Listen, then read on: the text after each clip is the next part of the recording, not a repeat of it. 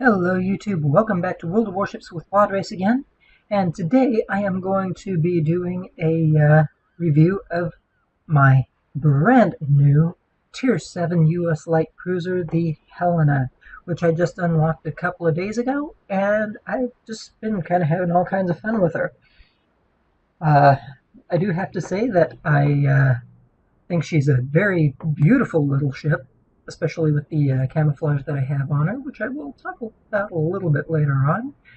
And one of the things that I do kind of want to note is that her main battery configuration is similar to that of the Japanese Miyoko, which has that counter-rotating number 3 turret as opposed to the forward-facing third turret that most other cruisers would have.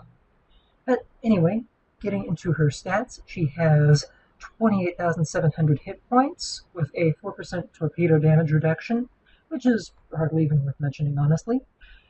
She does have her 152 main battery guns, which are in 5 triple turrets, and they do 2,200 damage for HE shells, 3,200 damage for AP. They have a 12% fire chance, reload in 8.5 seconds, have a 20.7 second 180 degree rotation, and 124 meters of maximum dispersion. They also have fairly low velocities, so you can definitely lob those shells over islands and get targets that would ordinarily be, I guess I could say, out of reach.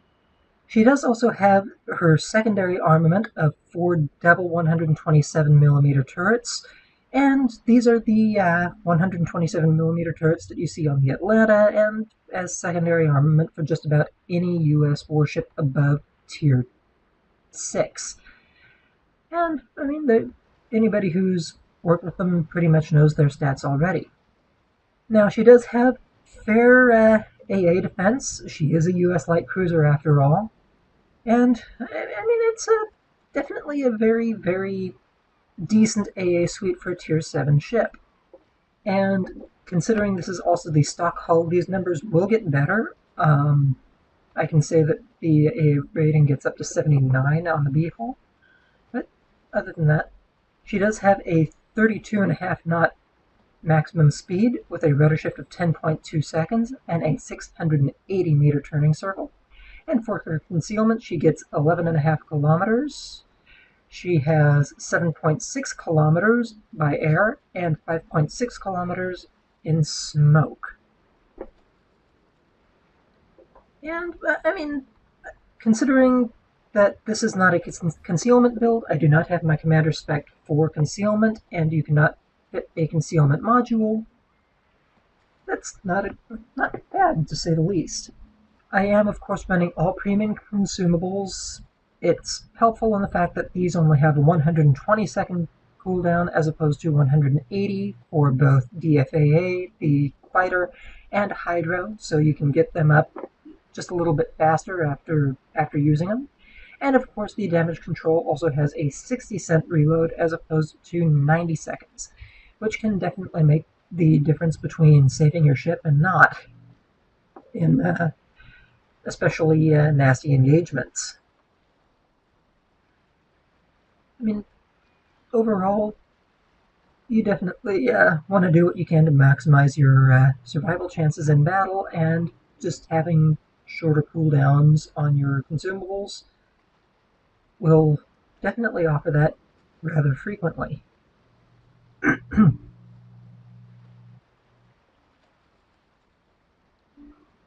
Apparently I plan to talk about a little bit more at this point, but I can't remember what right now.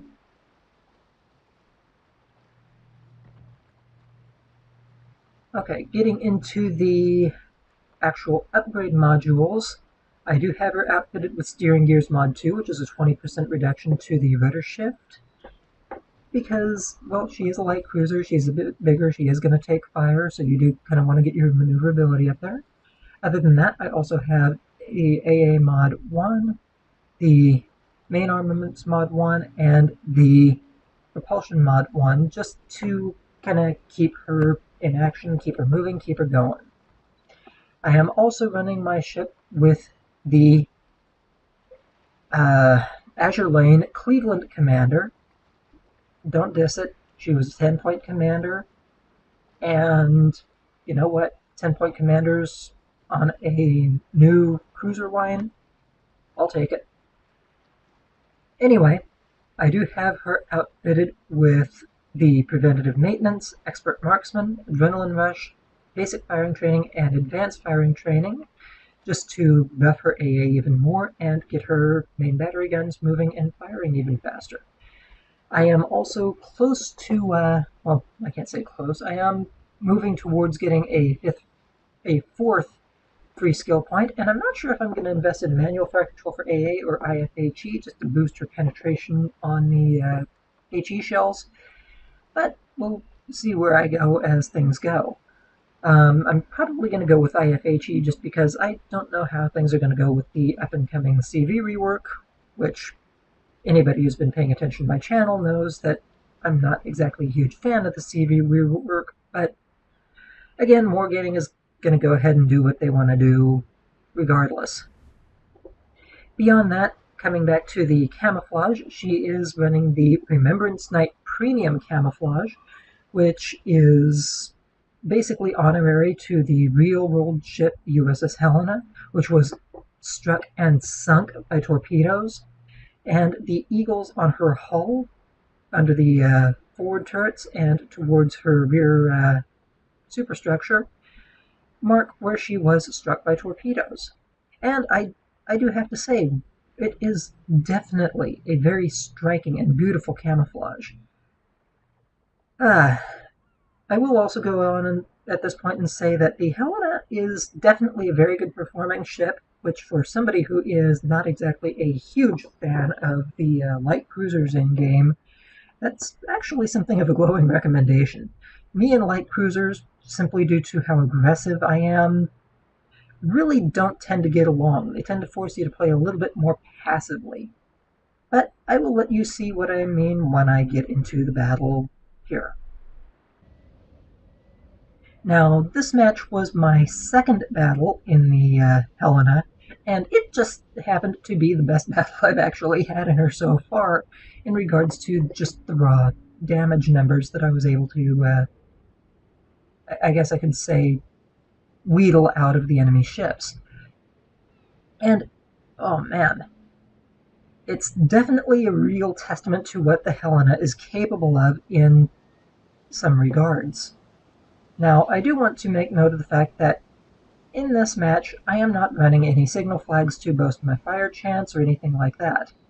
And you can definitely see that by the absence of flags on the main mast. So, the fire damage, the HE shell damage, everything that you see here is purely on the basis on the ship's stock stats. These are not boosted by signal flags any way whatsoever. I do want to go out on this point and say, while I have a little bit of time before things really get going, that if you like what you see on my channel, if you like getting the breakdown of the ship stats and just seeing me go through some of the battles on my ships, please remember to like and subscribe to the channel. And I am hoping to get up above 500 views sometime soon, and I am also hoping to get into double digits on my subscriptions. I currently have 8 subscribers and I think 470 views on my videos, and I'm just kind of wanting to get those numbers up a little bit. Trying to get my channel out there a little bit more and get my, I guess I could say, get a little bit more interest in my channel. Anyway, aside from moving on to the battle now, the enemy Shiratsuyu, I had thought it was going into C, but instead it was way off to the side in B. I instead have a target from this enemy Atlanta. Now, I did kind of misjudge my distance a little bit, and I overshot, ended up behind this island, but I was trying to give myself a little bit of cover so that I could shoot at the Atlanta with impunity, and I definitely start doing so. Now, I did also take a quick pot shot at the Shiratsuyu, which did absolutely nothing once it did pop around the corner of the island between me and B. But, I mean, I'm going to be seeing more of it a little bit later on. I am putting out all kinds of damage on this Atlanta, and this is where I have to say that the Helena, for a light cruiser, as a regular techline ship, has a very scary broadside firepower. I mean, I only hit, what was it? Well, actually I hit, let's see, 12 shells out of 15 on that Atlanta, 3 of which were shatters for one of my salvos, and I did something like 4,300 damage in a single salvo. And this ship is capable of putting out those numbers reliably. I mean, even looking at my engagement here with the Dallas, I am routinely doing 3,000, 2,000, 4,000 in a couple of cases, and just really laying out all kinds of hurt in very rapid succession that none of these other ships, with the exception of the Atlanta, and even then it would have to be full broadside in order to actually do that to me. I'm just putting out very, very raw and powerful damage numbers. And just, it's definitely a very scary broadside, because that's 15 shells in the air every 8.5 seconds. Now, granted, the Atlanta can get more shells out faster, but even so, you have to admit, it's something that you really don't want to be going up against if you're in anything lighter, I guess I could say. If you're in a Dallas, an Alba, any of the Tier 5, Tier 6, Tier 7 cruisers, this thing puts out the hurt. It really, really does. Now, I am going to speed the video up here a little bit, just because all the enemy ships at this point, or at least the remaining enemy ships, are all the way over towards A. And they are actually chasing down the friendly destroyer, which they just killed. I mean, 3 battleships and a cruiser chasing down one little destroyer. I do kind of feel sorry for him. But that being said, he was also, I think, the next highest scoring member on this team aside from me, so I guess he did get his damage in for the day, but I do still kind of feel sorry for him. He certainly tried to keep it going. Anyway, I decided that with this island here, I was going to do something that I don't normally do, which is come up to the corner of the island, just kind of peek my nose out around the corner, and try to lob shells around the corner without presenting much of a target to this enemy New York. Mainly because I'm at 3,300 health. If the New York so much as looks at me wrong, I will take an incredible amount of damage and just be down for the count. And that's not exactly a desirable situation to be in. So I am playing it a lot more passively than I normally would. And you can tell that I don't normally do this because I am misjudging my distances right and left. First I overshoot and end up way out front, then I undershoot and end up completely behind the island. So yeah, not my usual combat methods. But I am just trying to shoot at this New York around the corner and get fires with my very, very damaging HE shells. And the one thing that I do have to make note of here is that with the 1/6 calculation on penetration for the HE shells, the Helena is fully capable of penetrating the New York at just about every part of its main armor. The bow, everything except the main belt, it can penetrate. And you can definitely see that just from the sheer damage numbers that I'm putting out on this New York. Now I I did switch into the free camera here real quick, just so that I could show you basically what the New York can see of me. I'm just a little sliver of bow way off in the distance there, and it's like I can barely even see my ship depending on which angle I'm looking at. So yeah, I'm presenting a minimal target to this New York. In fact, the only reason I can even see the New York, honestly, is because I am using my hydro. I am not actually in, as the game is concerned, direct line of sight of this New York until it gets to about there. So yeah, I'm actually very, very well positioned as far as what I'm trying to do. And this New York just, I'm putting out more damage than the New York can cope with, and I do take it down. But, and here's the note I want to make, aside from a little bit of help from the side, I do the vast majority of damage to the New York. But now I'm in a little bit of a catch-22. The enemy New Mexico is charging me down. It's going to come around the corner, so before long I'm actually going to have zero cover. I mean, look at this island. I have nowhere to go once this New Mexico comes around the corner. So instead, I go from the very passive hiding behind the island mode to my aggressive catch me if you can sort of mode here.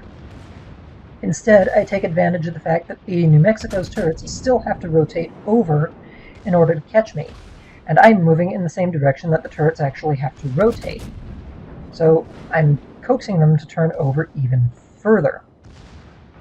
Just trying to get as much damage out and pump fires into this New Mexico if at all possible. Now, I've already gotten one fire, forced out its damage control, and now all the fires that I get are sticking. So there's one. Keep firing, keep firing. There's two. And then, as a final, last-ditch effort before the New Mexico kills me, I managed to get fire number 3. And again, these fires stick. Now, I'm already at 94,000 damage by the time that last fire actually makes contact. So my damage counter is still ticking, and ticking, and ticking. I can guarantee this New Mexico was not happy with me in the slightest. Then again, I don't think either of the battleships that I was shooting at were happy with me because, one couldn't see me, and I was shooting it for lots of damage. And then there's this New Mexico, which, yeah, I wouldn't be happy with me either. But, unfortunately, for at least my numbers, I guess its damage control did come back up because at 14,869 damage done, the damage still stops ticking. But on the flip side, we are at the points limit for the game, and the match ends in a rather dramatic victory. And, I mean, overall, definitely far from being a bad battle. In fact, it's rather phenomenal. 292 main battery shell hits. I did earn 140,342 credits for the match, 1,668 experience points, as well as 97 free experience points. That is 4 ships killed, 12 fires with the stock fire chance on this ship. Definitely, well, I can't exactly say overkill, but definitely a very, very powerful and scary little ship, to say the least. And yeah, I had 134 penetrating hits, 152 non-penetrations. Definitely laying out the hurt in all kinds of ways. Ugh. coming over to the team score, I was definitely the best performing on my team. I had 703 base experience points for this match, which is almost twice that of the friendly Shiratsuyu, who was the second in line. I do apologize. He certainly tried to do his best to keep himself alive and keep his numbers going, but the game just wasn't in his favor in this particular point. I do have to give him props, though. He did his best. On to the detailed statistics. I mean, look at these numbers. 41,333 damage on the enemy New York, 23,000 of which was from my main battery, 18,000 from fires, and I got 4 fires on that New York. The Atlanta, I just absolutely devastated it. The enemy Dallas, again, just absolutely devastating amounts of damage. The Shiratsuyu, I didn't do the lion's share damage, but I definitely did a fair bit. And that New Mexico, 5,052 damage from my main battery, 26,000 damage from fires. It's, yeah, ow, just plain ow. And my fire damage, I earned 44,000 points worth of fire damage in this match. Just absolutely phenomenal. And of course, just getting down to it, I have 61,952 credits earned net for the match after all my deductions, and 1,785 commander experience points. On that note, I shall probably go ahead and let you all go. I do have more battles, and I want to do a couple more videos today. But as I was saying earlier, please remember to like and subscribe to my channel if you like what you see.